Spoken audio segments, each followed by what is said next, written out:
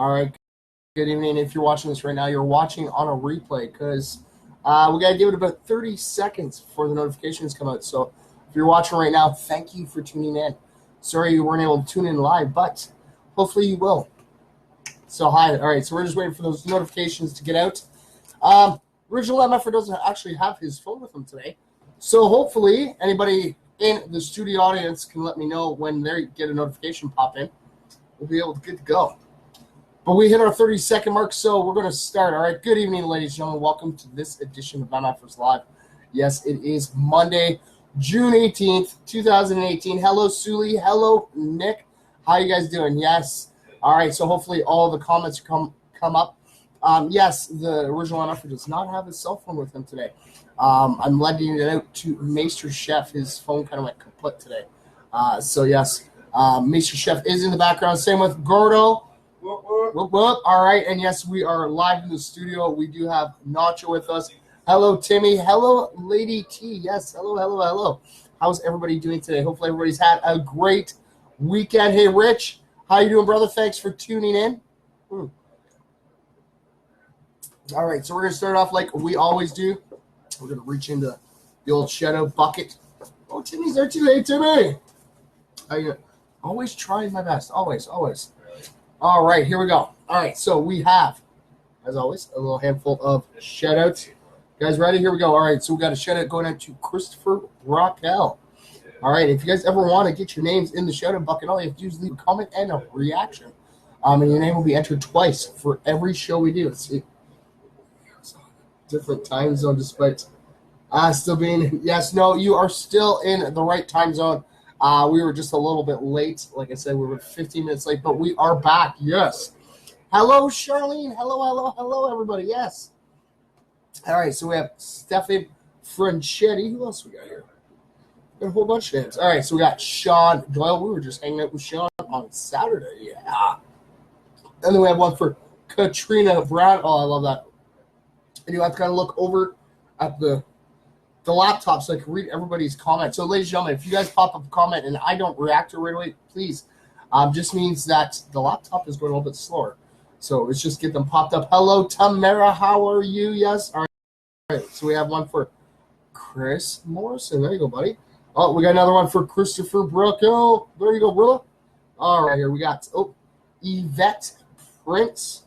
And then we have Brenda White. Oh, look, we got another one for Chris Morrison. There you go, brother. All right, what's this? 4 hours away. Oh, you're 4 hours away. Yeah, but we still have the same time frame, yes. All right, we have Charlene. There you go, Charlotte. If you're still in here, dear, there you go. All right, now we have, for the picture with Nacho, Cameron Gordon. There you go. Yes. Woo! Yeah, whoop. All right, we're going to hold this here. We will take a picture of the name with Gordon later on. Why you use my full name? Because it's what's up there. I'm in hiding. I'm in hiding, yes. But we go by the name that's on your profile, yes. Hey, yes. All right, ladies and gentlemen, you guys ready for this? We're going to start off with our good news in history. All right. So on this day, 70 years ago, the dream of Columbia Records president to hear an entire symphonic movement on one side of an album came to life as mass production began on the 33 RPM long player known as the LP record. Wow. So Edward Wallerston cajoled a team of 1,000 men to manufacture the new disc, which could hold 23 minutes of music per side instead of just 3 minutes, like the standard records of the day that spun quickly at 78 RPMs.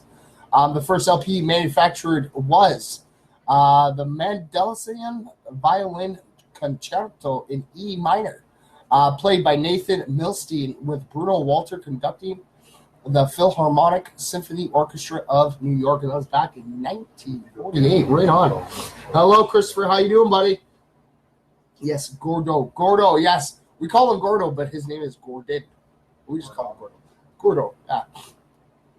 All right, so more good news on this day.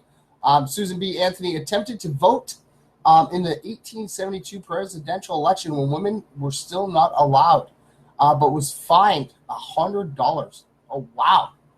So that was back in 1873 when they weren't allowed and they got fined? Wow. All right, so Checker Cab put its first taxi on the streets on this day back in 1923. The UN Commission on Human Rights adopted its International Declaration of Human Rights, recognizing that the inherent dignity and the equal and inalienable rights of all members of the human family is the foundation of freedom, justice, and peace in the world. And that was back in 1948. Wow. All right, so SALT II was signed by U.S. President Jimmy Carter and Soviet leader Leonid Brezhnev, the first arms reduction treaty between the two superpowers, committing both sides to a limit of 2,400 missile launchers. SALT I, signed by Nixon and Brezhnev in 1972, froze the deployment of land-based intercontinental ballistic missiles and banned the construction of any new submarine-based missiles. Wow. She just banned them all. Come on. All right, so astronaut Sally Ride became the first American woman in space, joining Space Shuttle Challenger's second mission, and that was back in 1983. I was 3. Woo-hoo. All right, and we have a happy birthday to go out today, ladies and gentlemen. Yes, happy birthday to Paul McCartney, who turns 76 years old today. Wow, he's getting up there in years. Yes, he is. The musician and composer, renowned for his groundbreaking work with the Beatles, has won 21 Grammy Awards and written or co-written 32 songs that have reached number 1 on the Billboard charts. More than 2,200 artists have covered his song Yesterday, making it one of the most covered songs in popular music history. A staunch vegan and animal rights activist, McCartney actually still tours to this day. And he was born back in 1942. Wow. All right. Hello, Caitlin. How are you? Hey, brother. It's always great to see everybody in here. Always, always, always. And like I said, ladies and gentlemen, if you guys haven't had a chance, please go back to Saturday's show and go check it out. Let us know what you see. Because like I said, we were having people yesterday tuning in, and they were seeing things as well. So it's pretty interesting. And hopefully, maybe we'll be able to get back up there again sometime. It's always great to, like I said, I had a great time because I got to meet my little MFer. When I always reaches out, goes my Mikey. And I'm telling you right now, the look on her face when I pulled in there and I got out of the car, it was priceless. It was. She was so excited. And it was. And she comes running around my mic, ah! And she was. And it was the cutest thing. It was great. I do have photos. I will actually post those up. I actually forgot to post those up. I got all the pictures of Nacho in there. Yeah. A little champ here making his rounds with everybody. All right, so we're going to share this off. Oops, this way. All right, technology is just not working for everybody today. All right, see here. So, got to make sure it works for us. Hello, Sarah. Hello. All right, so that's shared off. We're going to tweet this off. Come on, there we go. And yes, ladies and gentlemen, it is Monday, so it is our positive news day, yes. So we have a whole bunch of positive news. So now I have to go way back. Way back. All right, where do we leave off here? So we got that one. Oh, we got that one. All right. So maybe we are here. Okay. There we go. All right. So this is actually from 2 days ago. We have a lot of positive history to catch up on. We totally do. All right. So a woman recreates all the characters in The Office theme song with her talented dog. The only thing that can make The Office any more beloved than it already would be if all the characters were replaced with dogs. Luckily, a creative woman in California has achieved just that. Hello, Jessica. Thanks for tuning in. So in what may be the best animal video uploaded recently to the internet, Paulina Lang gave her dog Enzo a starring role in her remake of the NBC comedy show's opening theme sequence. Her clip features the Seminoid reenacting several of the characters from the show, including Michael Scott, Dwight Schrute, Ryan Howard, and Andrew the Nard dog Bernard. In addition to the pup's theoretical skills, Enzo performs the deeds of a Dunder Wolf in office, such as scanning a tennis ball, sipping from a world's best boss mug, and pawing in some figures on a calculator. So if you were impressed by Enzo's talent, you can actually keep up with his social media appearance on Instagram and Twitter. And they actually have a video that's cute. All right, so let's see. Can we actually connect to that? Can we find him on Instagram, or do we have to? Come on. Maybe we can hook into him. Let's see here. Oh. No, it's not going to let me do that one. Okay. I will afterwards, I promise everybody. Because, it's great. It's cool seeing all these animal things. I'm a big animal lover, totally. So we're going to share this off. Hello, Yvette. Hello. Oh, yes. And you know what? I need to get a hold of, I think it's Yvette. Yvette and Ashley. Because we're on the 18th. There's 4 days away to the show that Lady T is going to be attending and starring in. So got to make sure that the winners get their tickets. All right, so we're going to tweet this out as well. All right, so hopefully I can get through most of these stories. I'm really hoping, because there's a lot of we're still 2 days away to try to catch back up to where we were. This was our opening. Why? Okay, there we go. All right. Ooh, this is going to be a long one. Okay, we got this. All right, so this was actually still from 2 days ago. Woman publicly thanks friends for how they risked stepping up during her bout with depression. So not many people know how to help a friend who is suffering from depression, which is why film critic and writer Sheila O'Malley felt compelled to publicly praise her friends for how they helped her when she needed it most. On the Twitter thread she published last week, O'Malley explained how the death of her father sent her into a grieving spiral. Upon moving to a new apartment, the writer says her mental health prevented her from unpacking any of her belongings. So this is a quote. Hello, Mary Jane. Hello. I'm sorry, I didn't mean to hit you, buddy. So yes, this is a quote from her. So for months, I was ashamed I couldn't unpack, says O'Malley. How can you be unable to unpack? Just open, the GD boxes. That's exactly what it says, GD boxes. And that was the year I cried for 19 days straight. So as she struggled with her condition, her high school friend David did his best to uplift her with words of encouragement and love, neither of which were quite enough to help. Finally, he took a risk and rallied their friends for a secret unpacking party. So this is another quote. It very well could have ended badly. I could have lashed out, says O'Malley, but he took the risk. He sent out an email to a group of local friends without her acknowledgement and said, Sheila is struggling. She needs our help. Let's go over there and unpack her apartment for her. Bring food. Let's make it fun. So after ensuring that O'Malley would be home, the determined team of friends showed up at her door ready to get to work. So at 6 p.m. on Thursday night, the doorbell rang, and 10 of my friends barged in, bearing platters of food, cleaning products, and complete concern for my weight. You can't come in here. I haven't unpacked yet. Protestations.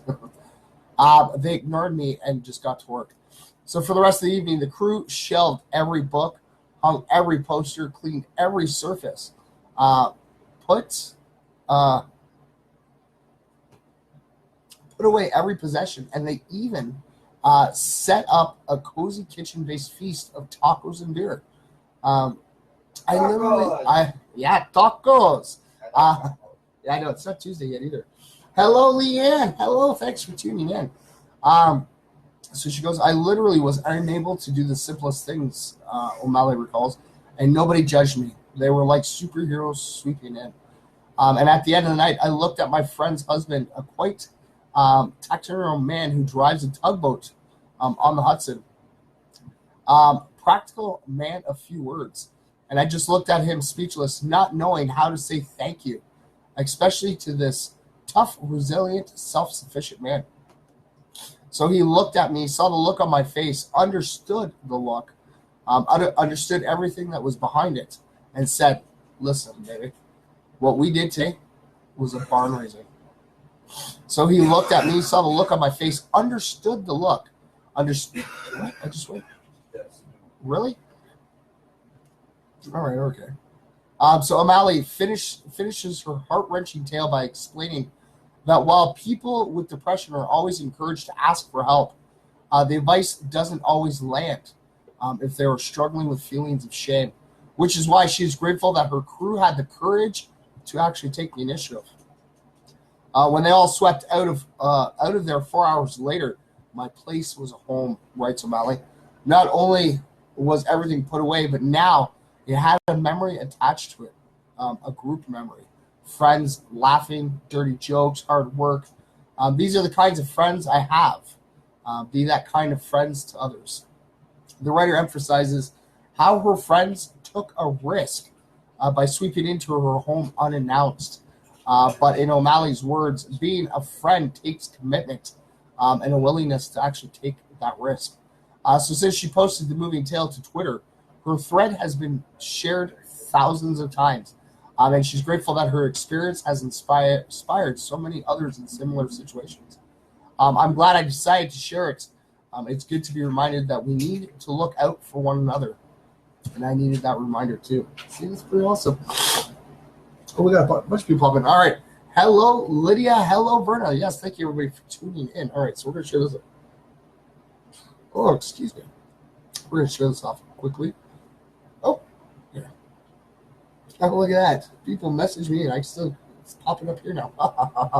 I can't get away from it. All right. So there we go. We're going to tweet this off as well. All right. Let's see. We got a bunch of stories. Bunch.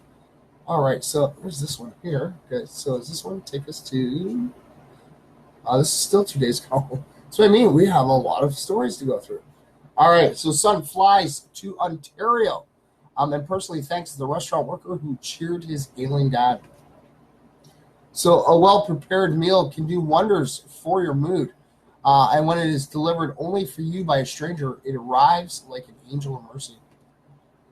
That's why when a restaurant worker went above and beyond the call of duty to deliver a special meal to Rick Rhoda's sick father, the grateful son felt compelled to thank the employee in person. So Rick, who lives in Michigan, was distraught after learning that his 86-year-old father in Pickering, Ontario, was in need of healthier food. So Dale, who has been battling pancreatic cancer while temporarily living at an assisted living home, told his son that he really missed eating some of his favorite foods, primarily cheeseburgers and fries. But since he was unable to leave the facility, Dale could only reminisce about the delicious dinners of his earlier days. Hello, Susan. All right. Oops. Okay. So hoping that a special meal would cheer up his father, Rick called every burger restaurant in Pickering to ask if they could deliver for a local senior. A dozen establishments told Rick that they could not. So finally, Carmen Colangelo, the owner of Kip's Flaming Burgers, picked up the phone and heard the desperate plea. So at first, she hesitated to take the time during her own day to make any food delivery. Then, Rick explained his dilemma. So after I explained the circumstances of my father's failing health and concerns of his recent eating habits, she took it upon herself to extend her compassion and heart to help the son of a man whom she never met before. She finished her shift at work and drove the food to the local assisted living home, asking for nothing in return, Rhodes told the Star.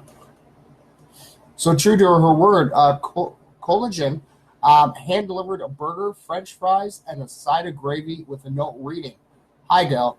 This is from your amazing son, Rick. Enjoy your meal." It just tugged at my heartstrings when he told me about his dad, said Collagen. I always try to do a good deed. I have a soft spot for the elderly. So her kindness did not go ignored by Rick. The man traveled all the way from Michigan to Pickering so that he could visit his father and stop by the burger joint to personally thank Collagen for the gesture.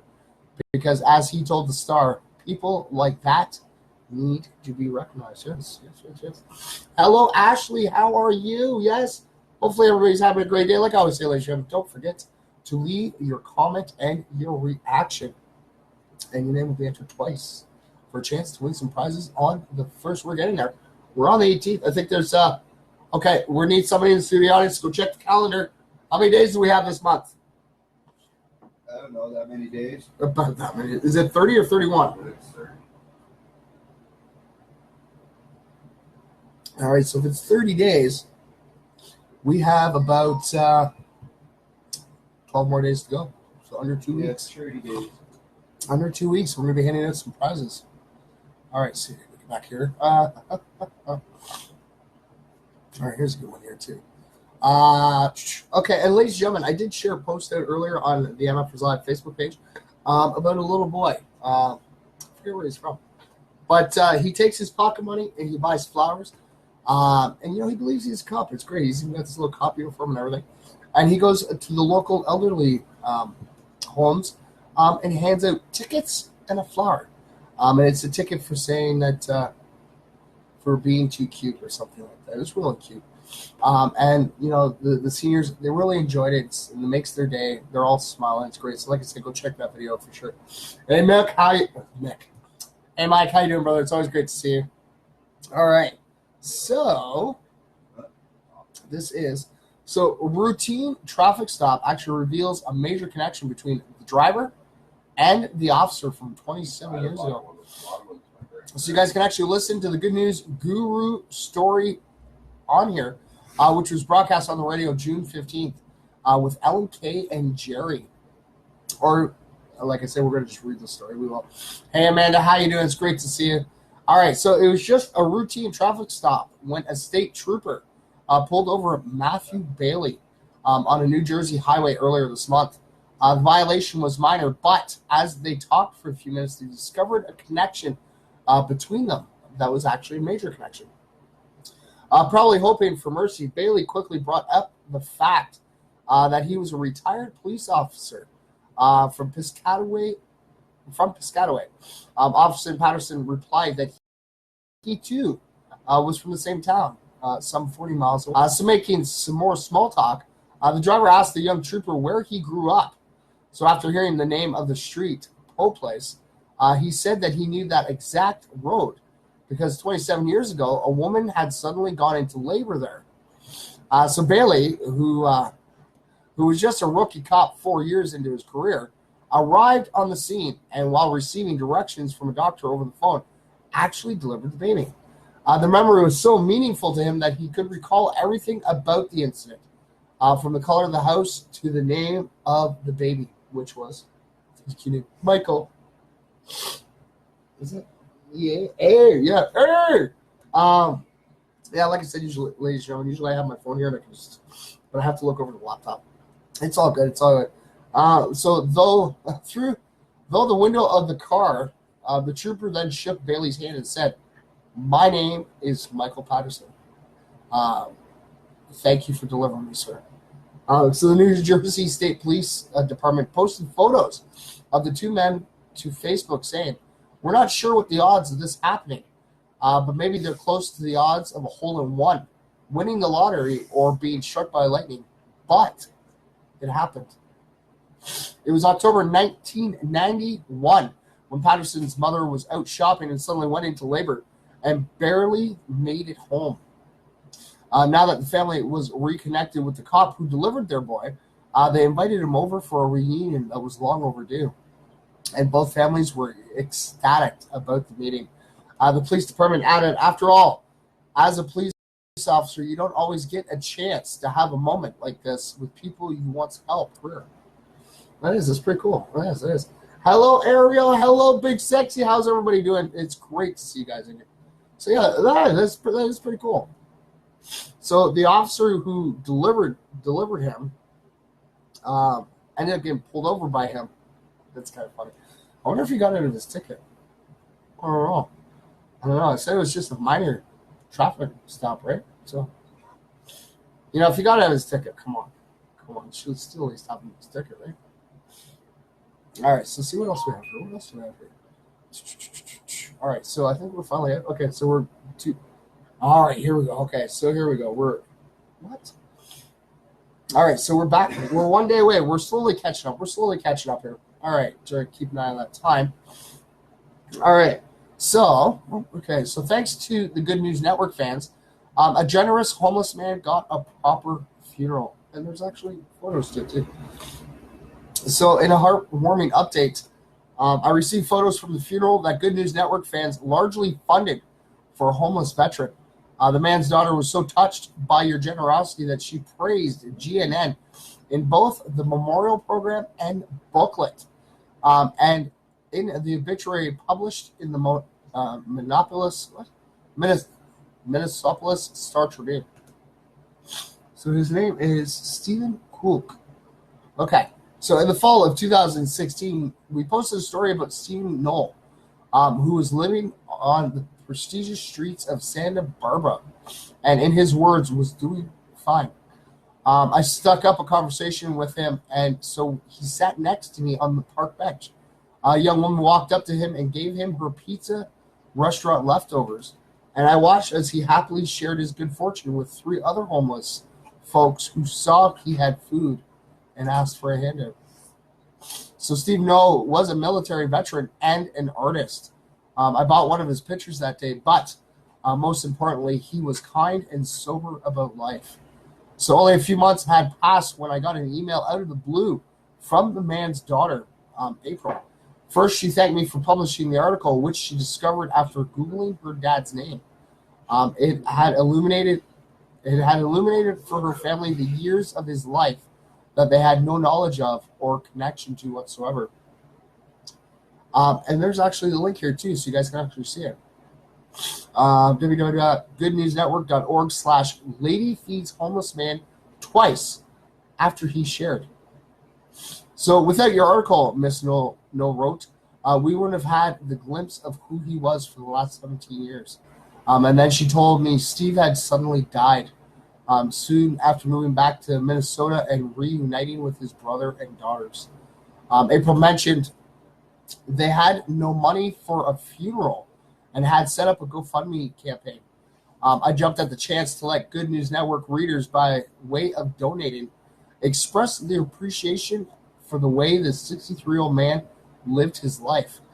We also posted photos of Steve as a young man, and as a result, with a couple $1,000s flowing in from people they never met, April said they were able to arrange a quaint funeral. So they have a picture. Okay, so acknowledgments.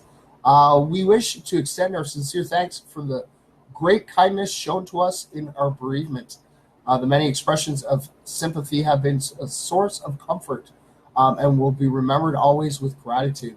A special thanks goes to the Good News Network community and Jerry Weiss Horbley. And there's a scripture, Peter 2:25. For you were continually straying like sheep, but now you have returned to the shepherd and guardian of your souls. So I read the story on GNN and saw the amazing pictures, wrote Thomas Casserly, who donated money. Condolences on Stephen's passing, and I hope this helps you honor him in the way you desire. So here's another one. I love his art, drawing, and poem in the GNN article, added Melvin Canis, another donor. Always sad to see a fellow human with a great heart and talent move on from his life. But his soul is now resting, and he has left inspiration for the rest of us still here. So, let's see here. I just have to thank you from the bottom of my heart and soul for everything you and the Good News Network community did, she wrote in an email this month. She goes, I can't thank you enough. You truly are a miracle. That's really awesome. It is. You see, that's just the Good News Network reaching out. All right, that's awesome. All right, I don't know who's all in here. I don't have the phone up running. But we're going to share this off, and we're going to continue on our positive stories because we're getting there. We're trying to get caught back up. All right. So we're going to tweet this out as well. There you go. All right. See, I still get messages on this one now. Okay, I actually read this one earlier today. This one I had to. I was just trying to curious. But there's a video on this one that you guys ladies and gentlemen, you really need to go see. Okay, and this is from yesterday. We are okay. So pitcher runs not to his cheering teammates, but to comfort the batter. The batter after season-ending strikeout. Oh, I gotta lay off the top. I really do. All right, so this young pitcher may have won the big game for his high school's baseball team, but his true character shined forth after he threw the final pitch.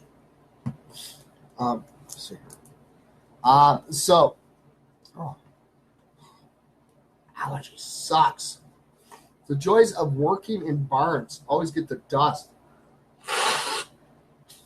Oh, and it just kills me sometimes, especially in the summer, because it's like kind of like the humidity kind of connects with it. Ugh. Hey, Kim, how are you? Thanks for tuning in. All right, so Mounds View High School was winning 4-0 against the Totino Grace team in their final game of the season.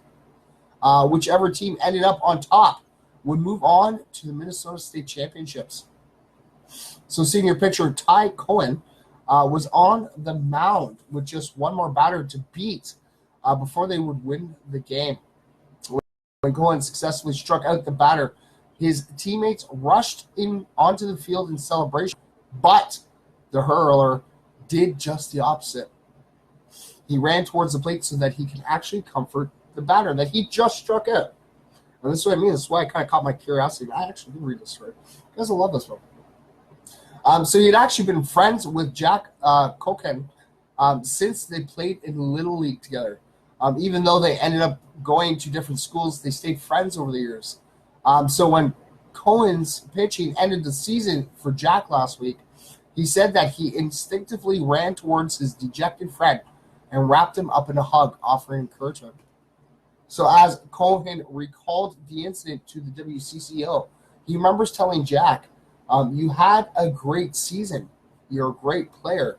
And don't let this situation, don't let this outcome affect our friendship. I told him I loved him and he's my brother, and our friendship will always last longer than this silly game. So the encouragement did not fall on deaf ears either. In 20 years, I'm not going to remember the score of that game, but I'm going to remember him coming up to me after that and just kind of being there for me when I needed someone, Koken told the news outlet. And yes, ladies and gentlemen, there is a video at the bottom. You guys got to check it out. So you have the pitcher. He's lining up. You see him throw it. It's a strikeout. It's the end of the game. You see everybody. You see the team coming out to the field, to get congratulated, right? And you just see the pitcher runs by them, right, and goes right to the batter. And he does. He hugs his friend, and it's great sportsmanship. It is. He was really worried that it would affect their friendship, but he wanted his friend to know that just because he struck him out, not to give up, that still wanted him to be friends and to carry on. It's pretty awesome. Sometimes I feel like throwing in the towel. Well, you know what? Hello, Becky, and you know what, Rich? I deal with that all the time too. Like I always say, and that's why I always try to explain to everybody. I don't have a perfect life. I never do. I don't. And yeah, people call me Mr. Positivity, but you know what it is. I just look at the positive side of things. That's what I do. And, I do have my moments. Like earlier today, I posted up. I felt like crying because it was a situation that just really bothered me. And people playing. To me, it was kind of like mind games and stuff. But and at the moment, I felt like I did. I felt like I wanted to just curl up in a ball and cry and just give up. But I didn't. And I do have my days, ladies and gentlemen. I do.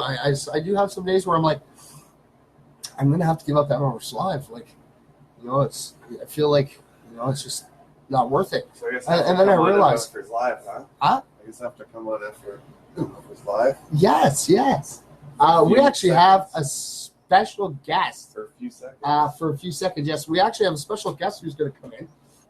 Can we move over, Mezzy? Okay, we're going to throw this over there. So I guess I have to pick these? Yes.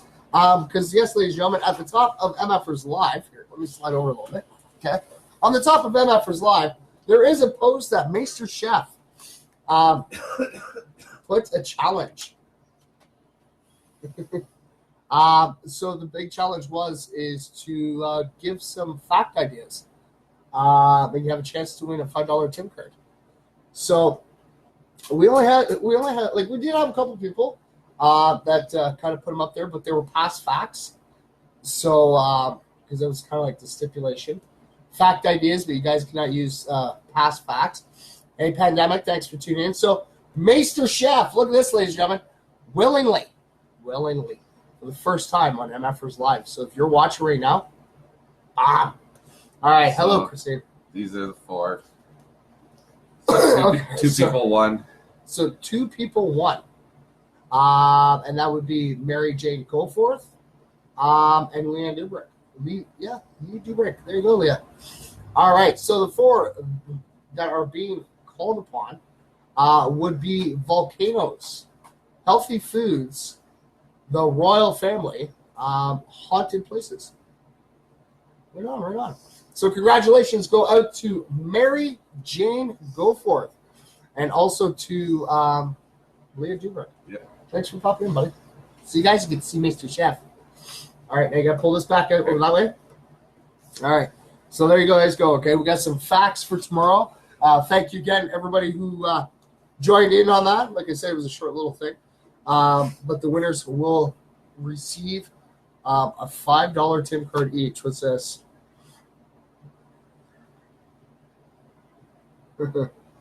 Oh,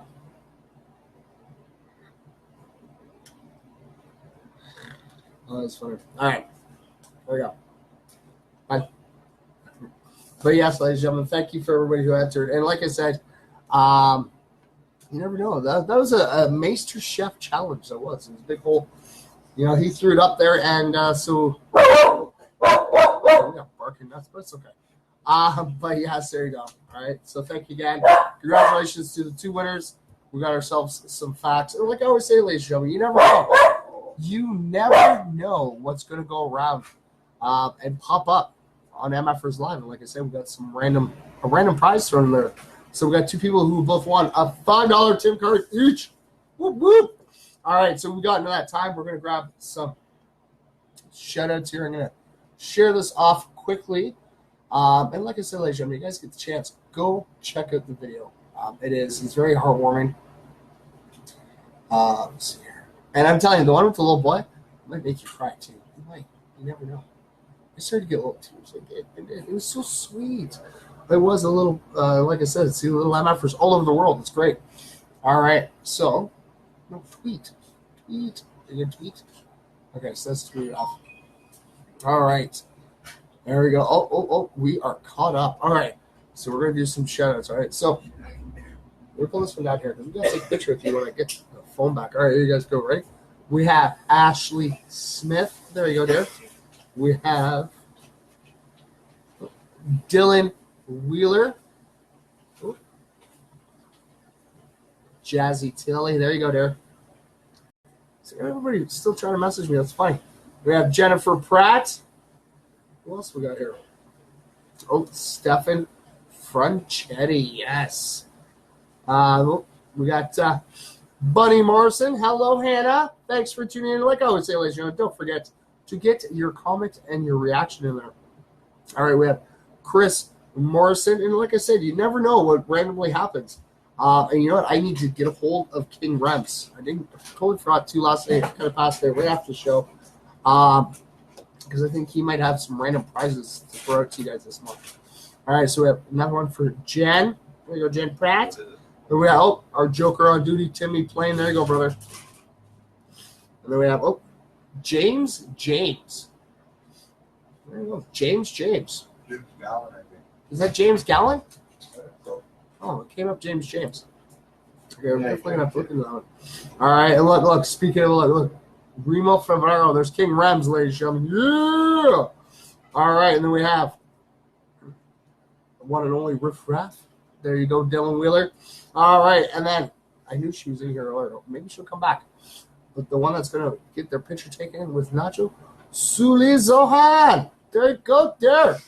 All right, who else we got popping in here? We have, hey, Frere, how you doing, brother? It's always good to see you here, buddy. Hopefully wrestling was good last night. And I'm surprised you're in here because isn't it Monday Night Raw right now? It is kind of Monday. All right, so should I read that one first? No, okay. Because I've actually read a couple of them today. Whoa, why is it switching? Okay, so we're going to read this one first. This is a really cute one. Cute, small little puppy. All right, so dog waits with a missing 3-year-old in cornfield overnight until help arrives. So a Yorkshire Terrier. Yes, those little, small little dogs, okay? A little Yorkshire Terrier is being hailed as a little hero for his part in rescuing a 3-year-old girl who went missing from her home on Thursday night. So when Remy Elliott first disappeared, So when Remy Elliott first disappeared from her home earlier this week, her mother, Timber, tried walking around their Quellen, Missouri property, calling the youngster's name, but to no avail. So the concerned mother of 3 then called family and friends to help look for Remy. When members of the community caught wind of the situation, however, the search party eventually grew to include 100 volunteers and law enforcement officers. So due to the density of the corn, the search was called a stressful and emotional time. Even with helicopters flying, crews spent hours searching the cornfield until their flashlights started to die.